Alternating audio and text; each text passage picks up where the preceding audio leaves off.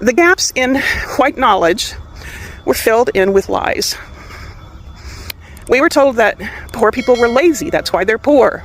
That crime existed in black neighborhoods because they were black neighborhoods. That broken families cause poverty. These ideas were not questioned. They were treated as common sense. And we were started with our grooming as infants, as little tiny babies, as little bitty kids that are impressionable and just forming our ideas about the world. So that was our social foundation. We were told that black people can't keep their marriages together.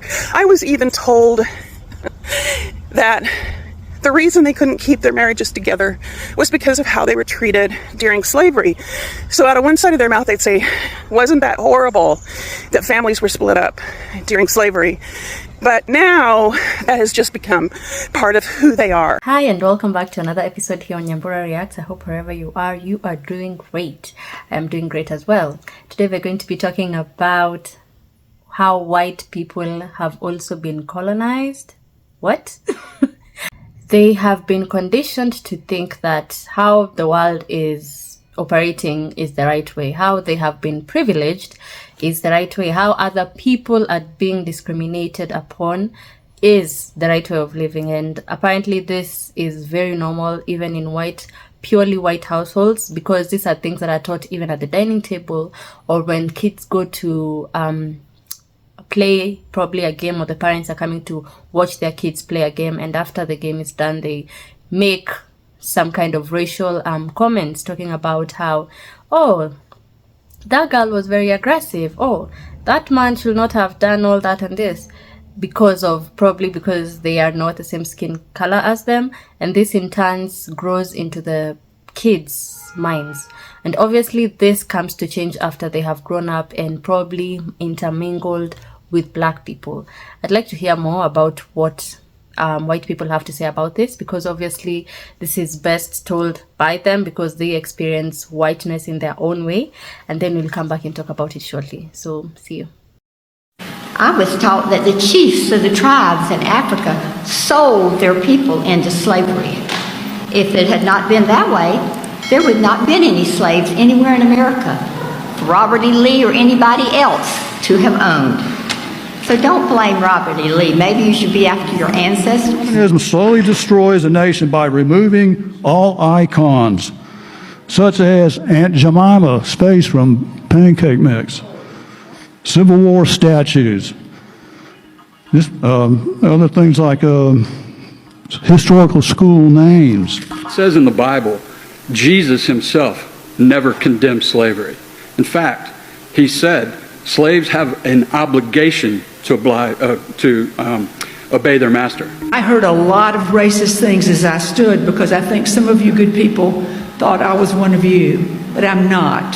So I'm here to say that all of this does make a difference.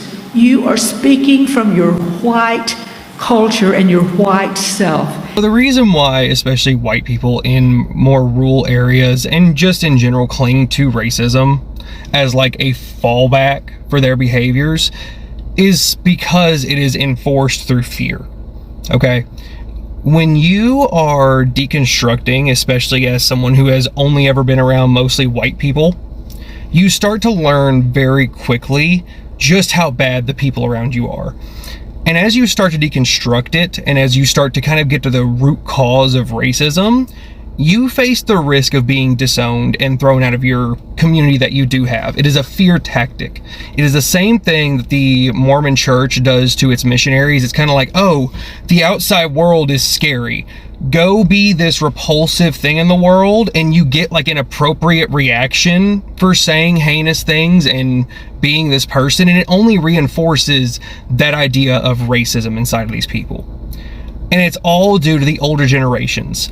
And while I know that's not an excuse for younger people to be racist, it is the power structure, because they control people's purses. If you're a kid going to college and you're from a rural area, you might be the first person in your family to go to college. or even well-off white people who grew up in suburbs and, vacationed around the world throughout the year. If they send their kids to college, their kids don't have to work a job. They just focus on college. But as they start to deconstruct that racism, and as they start to become more socially progressive, they are treated horribly because the people around them don't want to have to face the reality that they're bad people. So instead, they'd rather disown their kid. They'd rather slander their name in the churches. The gossiping in churches is another major reason for the continuation of racism, because it reinforces that fear, it reinforces that stereotype.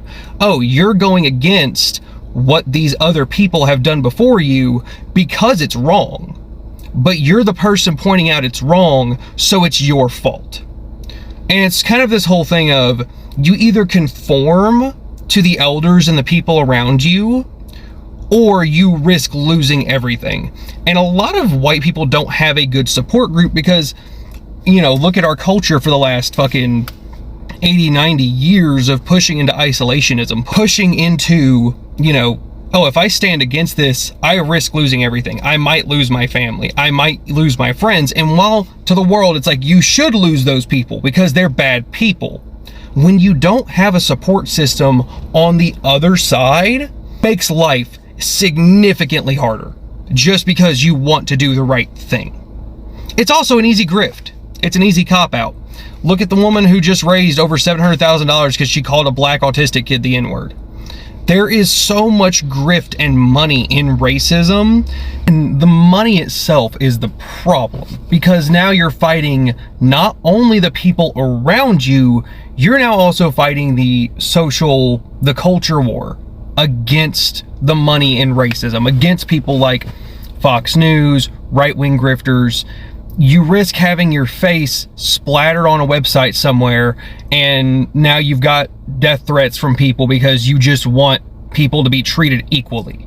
You are threatening, by deconstructing racism as a white person, you threaten the entire system. Because if you as your own person deconstruct and go through that, you alone have the power of your own words. You alone now have the power of your own actions, because you're holding yourself accountable. You're not falling back on the stereotypes. You're not falling back onto the misleading statistics that a bunch of right-wing grifters put out. It's a very complicated road. And while it shouldn't be complicated, old money has made it complicated on purpose. I didn't know racism until I went to Greenwich. That was the first time I ever heard the N-word, and I repeated the N-word once, and the only time in his life that my dad's whacked me across the face. He said, "Don't you ever, ever say that word again." Oh my God. My dad grew up in Omaha, Nebraska. His father, my grandfather, who I never knew, had a printing press that looked down over a central plaza, a square in Omaha. And he made my father stand there and watch when a black man was taken out of the sheriff's office and hung, and then dragged behind a truck around the square. And it had a huge impact on my father. He cared about justice, and he hated racism. And, with that slap, he taught me to pay attention. So I started being a racist right around 3rd grade. When I was a little kid, I had a best friend named Chris who was black, but I didn't see him as black. I just saw him as my best friend, Chris. But in 3rd grade, I learned about a man named Thomas Edison, who, as you all know, is the white man who invented the light bulb. Who I did not learn about is a man named Lewis Latimer, who, as you may not know, is the black man who invented the carbon filament that goes inside the light bulb to power the bulb. Right? So the engine in the car, if you will, was invented by a black man named Lewis Latimer. Now, is this some big conspiracy? No, Thomas Edison owned the company, so he got the credit. And the hidden figure that was Lewis Latimer, you never learned about. But the issue here is that as a white person, learning about all these white people who came up with these great things in their mind and no black people who did, I separated myself. I was separated from the black person, very slightly, but it was happening. But the core issue is that there's a black person watching this right now who knows damn well who Thomas Edison is, who has no idea that Lewis Latimer, a black man, invented that carbon filament that endures that heat so that that light bulb could shine. When white people see my posts about racism in America, frequently they say, "I didn't know."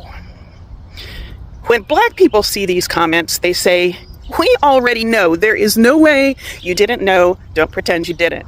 This disconnect is really hard to explain, and I've been trying to understand it myself. I'm going to be digging into this really deep because I think it's so important.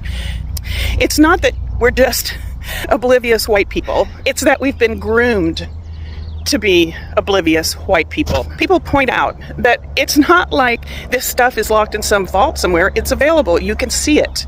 And that's true. But we were trained not to ask questions. We were trained not to look for it. And I see it in my family. I see it in my circle of friends, even some of my friends that are pretty progressive. We have this ingrained training to not ask too many questions. We were taught to trust authority figures, teachers, ministers, police officers, politicians, the anchor guy on the evening news. We believed them because we were groomed from childhood to believe that they were trustworthy. We were not taught that the system itself, the system they were part of, was designed to protect itself first. And frankly, it felt good just to trust them. It's like you had this permanent mommy and daddy figure. It made life feel safe. The gaps in white knowledge were filled in with lies. We were told that poor people were lazy, that's why they're poor. That crime existed in black neighborhoods because they were black neighborhoods. That broken families cause poverty. These ideas were not questioned. They were treated as common sense. And we were started with our grooming as infants, as little tiny babies, as little bitty kids that are impressionable and just forming our ideas about the world. So that was our social foundation. We were told that black people can't keep their marriages together. I was even told that the reason they couldn't keep their marriages together was because of how they were treated during slavery. So out of one side of their mouth, they'd say, wasn't that horrible that families were split up during slavery? But now that has just become part of who they are. And so it's their fault. I don't know, it didn't make sense to me either. We also were not told that welfare benefits were not available if there was a man in the house. A black woman working 2 jobs who still needed support to raise her children could not have a husband or partner living in the house with her. And of course we were taught that that was their fault because they couldn't keep their marriages together. As we were growing up and we started to repeat these beliefs, we were seen as respectful and well-adjusted. I don't know, are you getting pissed off? I'm getting pissed off just going through this again.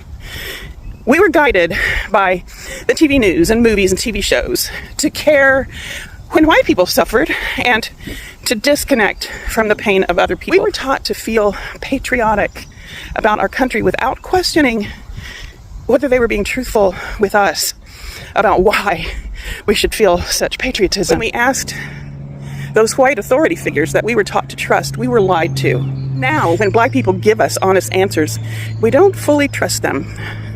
It's not about ignorance, it's about conditioning. My education is in behavior analysis, and that's how that works. You just expose someone to a social system that supports a certain line of thinking, and you fall for it, especially if you are started out as a young kid being taught all that stuff. And that's what happens to all of us. We were taught that silence is polite and that truth about society is rude or inappropriate. And as a girl that went to a fundamentalist Christian church, that was even more so. You don't ask questions that are going to make people uncomfortable. But that comfort, you see, it kept us obedient. It kept us from asking too many questions. It kept us from wanting to do anything about it because we didn't fully understand that there was something that needed to be done. We were used to preserve a system that depended on our own silence. It kept us from befriending black people. It kept us from knowing what the hell we thought we knew about those people. So when white people say, I didn't know about any of this, understand what that really means. We were trained not to look. We were trained to believe the stories that we were told by the authority figures. We were shaped by a system that used your trust against you. We were trained to look away. And now we have a choice. White people, we need to get angry about being kept in the dark all these years, so that together with our black neighbors and neighbors of all races, we can break down this oppressive system that has brought us here to the point of fascism. You wrote, yes, racism is racism.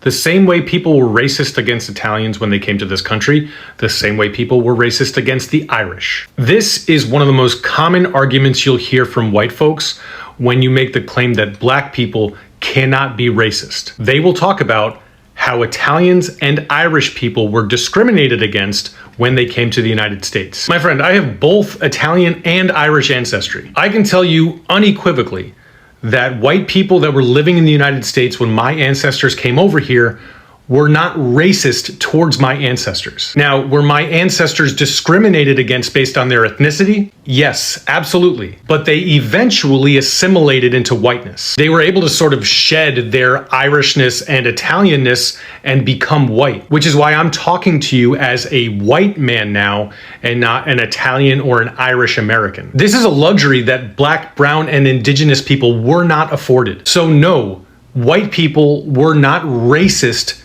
towards other white people when they immigrated to this country. And that's besides the fact that my ancestors chose to come here. So I used to teach psychology, and I used to have to teach prejudice and discrimination to a group of students who were all white, because I was teaching in the south of England at the time. That's how it was. And I got the feeling that they thought these were things that happened to other people, and they couldn't really relate to it personally. So I invented this little exercise where each of them had to attach a sticker to their forehead and wear it for 24 hours. And what they discovered was that as soon as you stand out, as soon as you are visibly different from the majority of people, they will insult you, they will treat you differently, they will stare at you, they will laugh at you. And this is what they learned, that it wasn't just about, being part of a minority or being disabled, it was just about being different in any way. So you might object and say that, look, you actually asked for a true racist to tell you why they are racist. And I can tell you that is a waste of time, because everybody's the good guy in their own story. So if you ask a racist, they will come up with a bunch of bullshit, which basically says, because people are taking jobs or this or that, the other, or kind of don't respect our values, all kinds of things, which just help them to justify the way that they are. But you won't get the real answer, which is that at heart, basically, people instinctively dislike people who are different to them. I'd like to start this video off by a point a lady talked about. She said that they were guided by TV shows, TV news, movies, and even religion. Remember, religion was also a very important tool that was used to ensure that black people remained respectful and obedient to their slave masters, or to their masters, obviously. Religion was also made or molded into showing that white people are people who have been chosen by God, who are supposed to be superior to, us, the black people. And it was used as a form of slavery, a form of conditioning our brains. TV shows and movies have also been used in that particular angle. And it's not until black people said that that is not the right way to do it. You need to paint us in a better picture, because mostly black people were shown living in the hood. Even if you are a happy, successful person, there was something missing. Either if you're a woman, you had to submit to a man. If you're a man, you had to cheat on your wife. Even if you're happy, you have to cheat on your wife, either with a white woman or another black woman. And it shows so much disconnect, because to some extent, there are white people who have not had the opportunity to intermingle or live with black people. And probably they are guided by the movies and the TV shows and religion, obviously. And after they come and, come out of these shells, or these only white neighborhoods and start meeting black people, there's this notion that is imprinted in their brains, because they have been conditioned to believe that what is shown in the TV, what is shown or preached upon in your churches, is actually how black people are, or a certain culture are. That is exactly how they are. There's also a lady who talked about how she was taught that chiefs in African villages were the ones who sold their people to the whites. It's not the whites who took the black people badly, with so much, and also killed black people and transported them to America and Europe to use them as slaves. That is not taught. We have also talked about how black people have never been shown in books, in history books, as people who people who invented things in this world. It's mostly about white people and what they invented, like Christopher Columbus discovered America, which obviously had people in it, so you can't quite discover a place that already had people in it. We are taught about, all these white people and what they accomplished, what they discovered and invented, but never about black people and what they discovered and invented. And you see, this brings also another notion, because you will believe that black people are not as smart as white people. You'd believe that, okay, black people are just, joyriding, because we already invented all these things and they're just out here to, use what our people invented, and never inventing their own things, so we can use their brains too. So this conditioning is also, and it's funny to think about that white people can also be colonized, but it's actually true. It's just that it's very different, because for them it was taught to them maybe unconsciously. They didn't really know, and they were taught from when they were young to how they are older now, and they have been conditioned to not talk about it because it's uncomfortable. It's very easy for a white person who is probably radicalized to keep quiet when their family is being racist to another person, because they do not want the whole environment to be uncomfortable. So if your family is being racist to a black person, it's better for you to keep quiet than to, rustle a few feathers. And that's not right. And I will want to believe that there are white people who do not feel that is right.